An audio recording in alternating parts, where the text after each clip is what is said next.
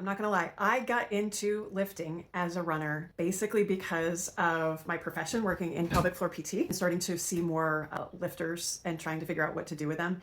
And because I was still rehabbing surgery from years ago. So I had hip FAI surgery and labral debridement and microfracture about 18 years ago.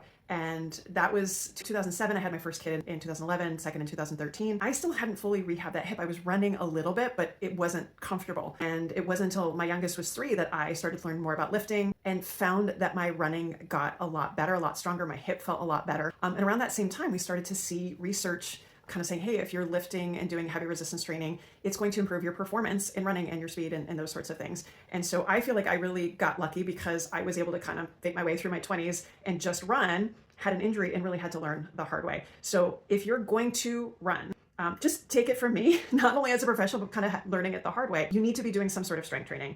And if you're just doing bands or things like that, great, it's better than nothing. So if you're doing nothing, start with the band work, that kind of stuff. But be thinking ahead about, okay, when can I get under a barbell? When can I get under a hand weight that's more than a couple of pounds? And if you're thinking about that in your postpartum return to run progression and getting stronger, you're just getting a head start on what we're going to ask you to do going into perimenopause and menopause anyway. So the conversations I have with my early postpartum patients or even in pregnancy is, what does strength training look like? Supportive and running friendly. Where do we integrate that in so we build that habit?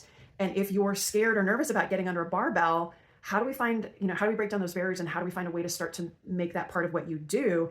You can still do your yoga, you can still do your Pilates, but we're going to need to get under that resistance in that barbell for a whole bunch of other reasons. So how are we going to figure out how to make that more a part of your habits that you're building?